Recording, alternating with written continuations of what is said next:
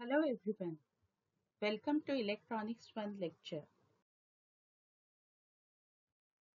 Operational amplifier ये basically high gain direct coupled amplifier है जिसका मेन फंक्शन है to amplify the input signal. Operational amplifier में दो इनपुट और एक आउटपुट टर्मिनल होता है और डिफरेंशियल एम्पलीफायर ये ऑपरेशनल एम्पलीफायर की फर्स्ट स्टेज होती है। ऑप एम्प ये अलग अलग arithmetic operations like addition, subtraction, multiplication, division, differentiation, integration, comparison, analogue to digital conversion ये कर सकता है। और ऑप एम्प्स ये एनालॉग कंप्यूटर्स में भी यूज होते हैं। इनपुट और आउटपुट जो वोल्टेजेस होते हैं वो with respect to ground apply किए जाते हैं और इन्वर्टिंग टर्मिनल जो है उसे माइनस साइन होती है या माइनस साइन से इन्वर्टिंग इनपुट या इन्वर्टिंग टर्मिनल यहाँ पे डिनोट किया है जो इंडिकेट करता है 180 degree phase shift between input and output signal. उसके बाद में पॉजिटिव साइन से ये शो किया है वो है नॉन इन्वर्टिंग इनपुट और ये इंडिकेट करता है कि there is no phase inversion between input and output signal. Dual power supply plus VCC and minus VEE ये ऑपरेशनल एम्पलीफायर के लिए रिक्वायर्ड होते हैं। और ऑपरेशनल एम्पलीफायर ये एक सर्किट कंपोनेंट है। Next parameter is output impedance. Output imp Next parameter is open loop gain, which is denoted. Next parameter is closed loop. Next parameter is input bias. Next parameter is input offset current. Next parameter is input offset. Next important parameter of operational amplifier is common mode rejection ratio. यहाँ पे ये operational amplifier को suppose हमने V1 एक input है और दूसरा input V2 है और आउटपुट V0 है। सपोज यहाँ पे हम अज्यूम करते हैं कि एक इनपुट V1 दिया है यहाँ पे, दूसरा इनपुट V2 दिया है यहाँ पे और उसका V0 ये आउटपुट वोल्टेज है। तो आउटपुट वोल्टेज हम ऐसे लिख सकते हैं यहाँ पे कि gain of the amplifier into V1 minus V2 क्योंकि यहाँ पे डिफरेंशियल एम्पलीफायर होता है इसलिए ये हमेशा difference of the input voltages होता है। तो gain into difference of the input voltages इतना यहाँ पे ये हमें एक्सप्रेशन एक्सपेक्टेड है। V0 is equal to A into V1 minus V2 ideally. लेकिन प्रैक्टिकली क्या होता है, इसके साथ में और एक टर्म या और एक कंपोनेंट यहाँ पे जुड़ जाता है, वो है A is gain of the amplifier into addition of the two input voltages और addition of the input voltages at the two terminals of the op amp. यहाँ पे ये जो V1 प्लस V2 है, ये जो V1 प्लस V2 है इसे हम कॉमन मोड सिग्नल या कॉमन मोड वोल्टेज करके बोल सकते हैं। तो ये V1 प्लस V2 ये जो कॉमन मोड सिग्नल है ये रिजेक्ट होना बहुत ही जरूरी है। V1 प्लस V2 इसके आइडियल वैल्यू यहाँ पे 0 होनी चाहिए। तो A into 0 this whole term will get vanish. CMRR या कॉमन मोड रिजेक्शन रेशियो ये ही जो कॉमन मोड सिग्नल है उसे रिजेक्ट करता है और ये होता है ratio of AD divided by AC, where AD is the differential voltage gain and AC is the common mode voltage gain. यहाँ पे ये जो V1 माइनस V2 ये है, यहाँ पे ये AD होता है, ये डिफरेंशियल मोड गेन होता है जो आइडियल ऑप एम्प के लिए, इसके बाद हम कैरेक्टरिस्टिक स्टडी करने वाले हैं। तो ये जो डिफरेंशियल मोड गेन है ये आइडियल ऑप एम्प के लिए इनफाइनाइट होना चाहिए और प्रैक्टिकल ऑप एम्प के लिए एज हाई एज पॉसिबल। और ये जो है ये है कॉमन मोड गेन, ये आइडियल ऑप एम्प के लिए 0 होना चाहिए या it should be as low as possible. So CMRR is nothing but it is the ratio of this differential mode gain to the common mode voltage gain. CMRR in decibel. अब यहाँ पे ये जो रेशो है AD divided by AC, ये ratio इसकी order हमेशा 10 to the power 6 के ऑर्डर में आती है। तो 10 to the power 6 ये वैल्यू बहुत ही हाई वैल्यू है या बहुत लार्ज वैल्यू है। तो practically it is not possible to deal such high values, इसलिए CMRR हमेशा डेसिबल में, मतलब 20 log CMRR। सपोज यहाँ पे 10,000 है तो 20 into log of 10,000 ऐसे करके CMRR हम कैलकुलेट करते हैं। यहाँ पे ये एग्जाम्पल में आपको दिखाया है कि if CMRR is 10,000 then CMRR is 20 log 10,000 which is equal to 80 decibel. यानी ये जो वैल्यू है CMRR की ये लार्ज होती है, इसलिए CMRR हमेशा डेसिबल में एक्सप्रेस करते हैं। उसकी वजह से ये जो लार्ज वैल्यूज है ये हैंडलिंग में बहुत ही इजी हो जाती है। तो इस तरीके से आइडियल ऑप एम्प के लिए CMRR जो है वो इनफाइनाइट होना चाहिए। Higher the CMRR better is the operational amplifier. और CMRR ये ऑपरेशनल एम्पलीफायर की एबिलिटी शो करता है to reject the common mode signal. जो कॉमन मोड सिग्नल है उसे वो ऑपरेशनल एम्पलीफायर की एबिलिटी रिजेक्ट करने की कितनी है वो ये CMRR वैल्यू से हमें पता चलता है। तो डिफरेंस सिग्नल अगर 80 डेसिबल है इसका मतलब वो 10,000 times larger at the output than the common mode signal. इस तरीके से CMRR ये बहुत ही इंपॉर्टेंट पैरामीटर है ऑपरेशनल एम्पलीफायर का, जिसकी value as large as possible होनी चाहिए। नेक्स्ट इंपॉर्टेंट पैरामीटर है ऑपरेशनल एम्पलीफायर का स्लीव रेट। स्लीव रेट्स ये SR ये सिंबल से डिनोट करते हैं। सपोज यहाँ पे हम कंसिडर करते हैं एक रोड है और ये रोड से एक कार यहाँ पे जा रही है। अगर if this car is moving in this direction तो एक प्लेस है V1 और दूसरी प्लेस है, सपोज ये कार जहाँ पे खड़ी है वो प्लेस है V1 और जहाँ पे ये कार जाने वाली है वो प्लेस है सपोज V2। V1 से V2 ये प्लेस तक जाने के लिए कार को कुछ टाइम स्मॉल t यहाँ पे लगेगा।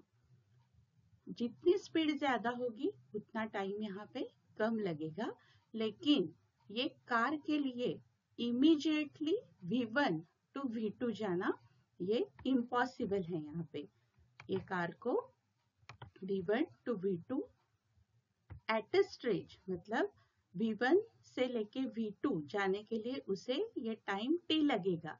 ये कम से कम हो सकता है depending on the speed of this car, लेकिन it is not possible for the car to directly switch from या immediately to go from point V1 or place V1 to place V2। Slew rate भी यही है। अगर operational amplifier को हम input voltage apply करते हैं तो आउटपुट वोल्टेज जो ऑपरेशनल एम्पलीफायर में मिलता है, rate at which that output voltage changes is called as the slew rate of the operational amplifier. So slew rate SR is defined as the maximum rate at which the output can change. The maximum rate at which the output can change. इसलिए ये dV output divided by dt with respect to time है यहाँ पे. The slew rate is equal to derivative of or differentiation with respect to time, differentiation of output voltage with respect to time. So it is the maximum rate at which the output can change. Ideal of IC 741 के लिए slew rate ये 0.5 volt पर microsecond होता है. ये जो slew rate है ये rate of change of output voltage with respect to time होता है. स्ल्यू रेट जो है ये स्ल्यू रेट का पर्पस है to limit the output at higher frequencies. So slew rate limits the output voltage at higher frequencies. यहाँ पे ये डायग्राम में ओवर ड्रिवन इनपुट यानी शार्पली राइजिंग सिग्नल अप्लाई किए हैं ऑप एम्प के इनपुट को और उसकी वजह से ये आउटपुट है giving rise to the delayed feedback and therefore the distorted output is obtained over here. And in this figure also the effect of slew rate limiting is observed with this sinusoidal signal. If slope of the sine wave is less than or equal to SR, यहाँ पे ये slope greater than SR है, लेकिन if this slope is less than or equal to SR, then there is no slew rate limiting. लेकिन जब ये initial slope sine wave का greater होता है जैसे ये केस में दिखाया गया है यहाँ पे, तो slew rate distortion is observed in this figure like this. So at higher frequencies, ये जो हायर फ्रीक्वेंसीज है वहां पे वेव फॉर्म ये ऐसे गोल न होते हुए ये ट्रायंगुलर हो जाता है. And at this higher frequencies the waveform becomes triangular. So this slew rate also depends upon the compensation technique also. So in this way this slew rate is also very important parameter of operational amplifier.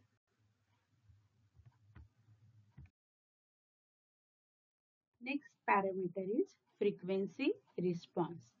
Frequency response ये curve है between voltage gain and frequency. Frequency response curve ये change in voltage gain versus frequency ये यहाँ पे show कर रहा है. And the gain without feedback is called as open loop gain. यहाँ पे ये ओपन लूप गेन बताया है, ये गेन विदाउट फीडबैक है. और ये क्लोज लूप गेन यहाँ पे बताया है, ये क्लोज लूप गेन है, the gain with feedback.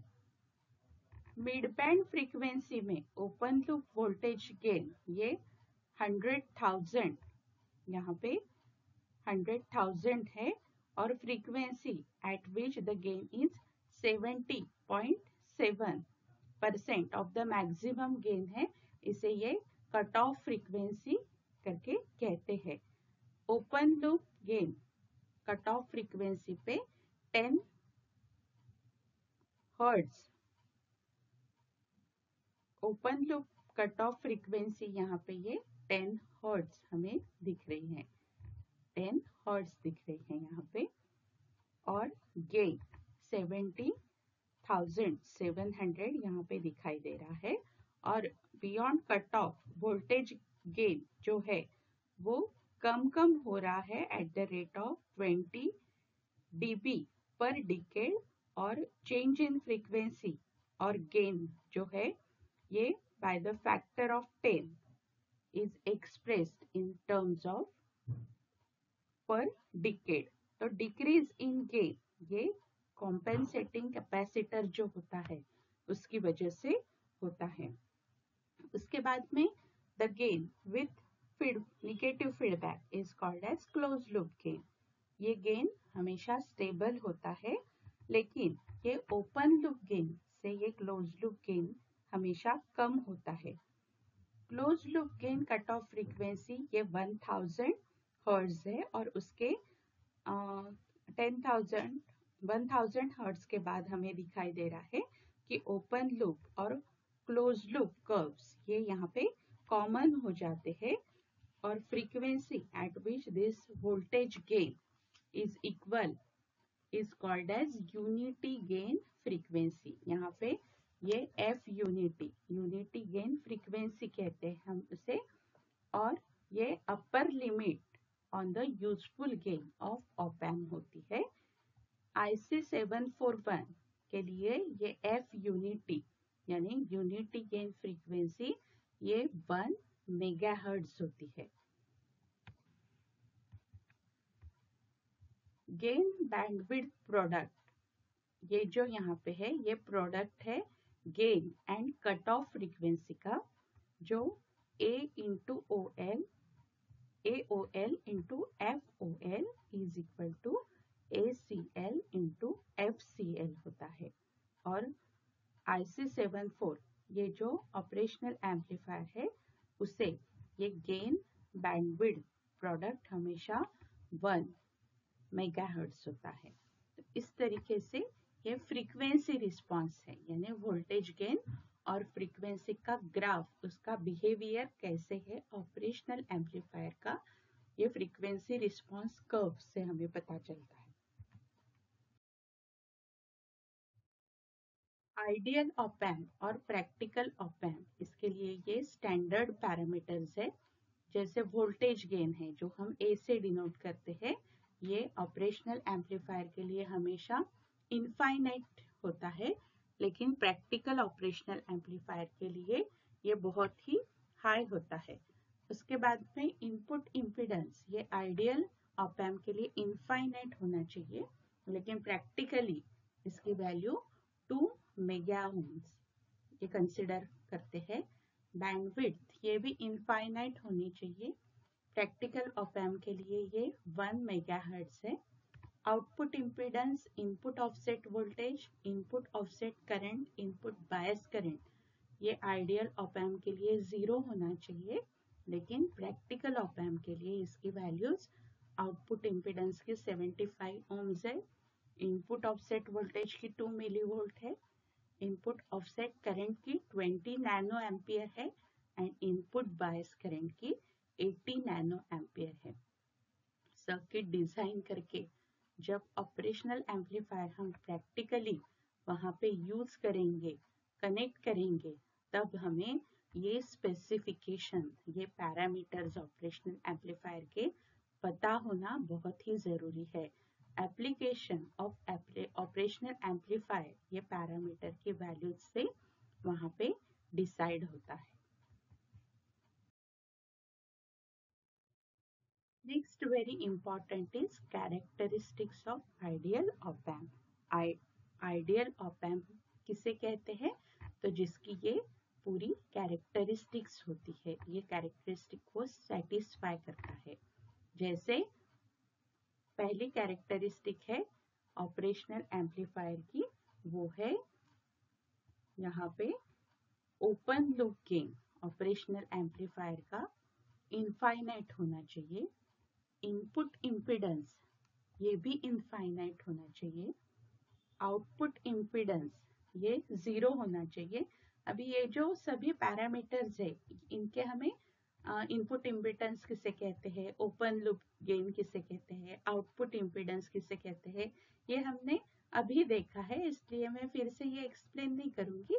Just आपको ये याद रखना है, लर्न करना है कि कैरेक्टरिस्टिक क्या है आइडियल ऑप एम्प की।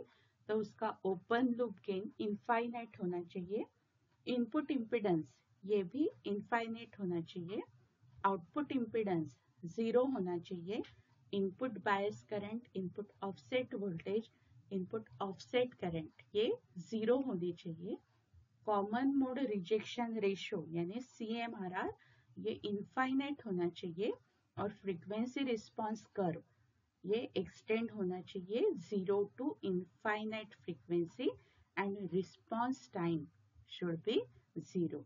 If these all characteristics are satisfied, then that op-amp is ideal op-amp. तो हमने ideal op-amp के भी characteristic देखे, और इसके पहले practical op-amp के लिए सब specifications, इसकी values कितनी होती है ये भी हमने study किया है।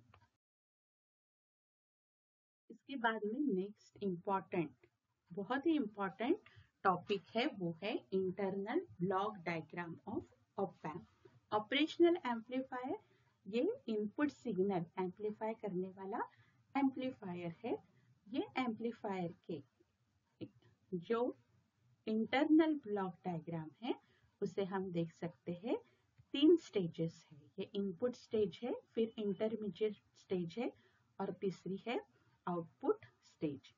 पहली जो है स्टेज, पहली यहाँ पे ऑपरेशनल एम्पलीफायर की जो 3 बेसिक स्टेजेस है, जैसे पहले हमने देखा इनपुट स्टेज, जिसे फर्स्ट डिफरेंशियल एम्पलीफायर है इनपुट स्टेज में with the constant current source. Second stage में है और एक differential amplifier, emitter follower and DC level shifter, और तीसरे स्टेज में है आउटपुट। तीसरी जो स्टेज है वो है आउटपुट स्टेज। ऑपरेशनल एम्पलीफायर को यहाँ पे पहली जो स्टेज है जिसमें डिफरेंशियल एम्पलीफायर होता है, ये है 2 इनपुट। यहाँ पे 2 इनपुट दिख रहे हैं, इसलिए 2 input terminals and 1 output terminal.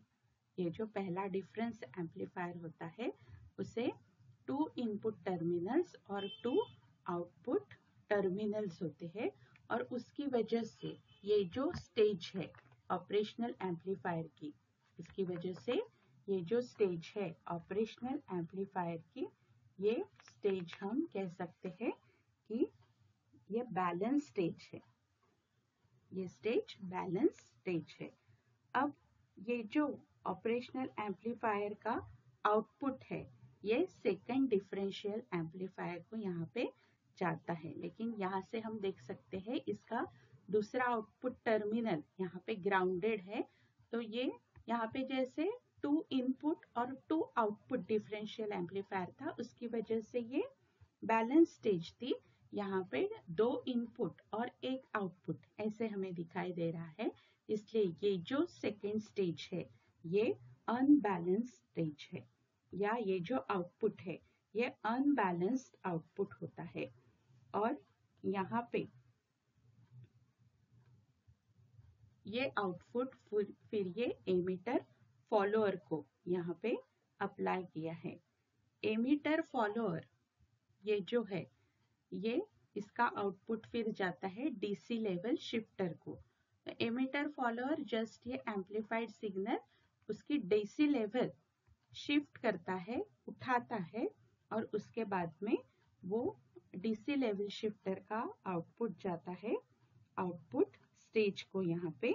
और ये जो एमीटर फॉलोअर है ये high input impedance and low output impedance होता है, इसलिए गेन ये एम्पलीफायर का ऑलमोस्ट यूनिटी होता है, इसलिए ये जो स्टेज है ये बफर करके एक्ट होती है 2 स्टेजेस में, और उसकी वजह से यहाँ पे ओवरलोडिंग अवॉइड होता है।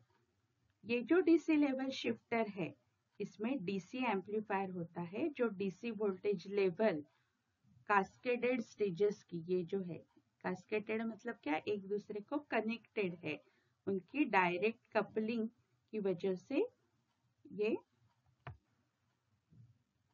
इंक्रीज करता है, और उसकी वजह से यहाँ पे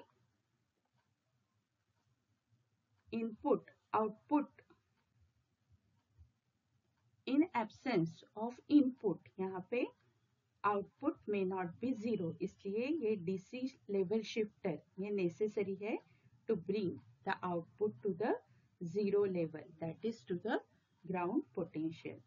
फिर ये जो आउटपुट स्टेज है, ये आउटपुट स्टेज में पुश पुल पावर एम्पलीफायर होता है। आउटपुट इम्पीडेंस ये स्टेज का लो होता है, जिसकी वजह से sufficient current to load without distortion ये प्रोवाइड करने में मदद होती है, और larger output voltage without distortion can be obtained in this case.